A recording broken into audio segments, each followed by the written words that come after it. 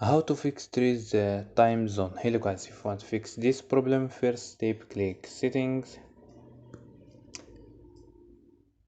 go to apps and notifications, click apps and wait a second for loading. After these steps, restart,